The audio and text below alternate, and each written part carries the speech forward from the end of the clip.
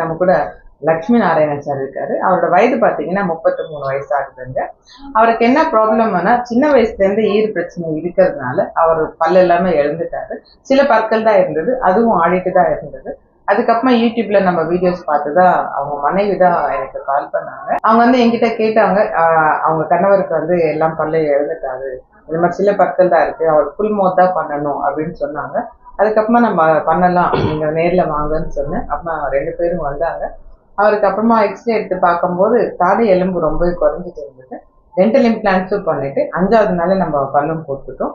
அவரோட எக்ஸ்பீரியன்ஸ் நம்ம கிட்ட ஷேர் பண்ண போறாங்க. அனைவருக்கும் வணக்கம். இந்த சிந்தாமணி பல் பதிய முறை சிகிச்சை மையத்தை வந்து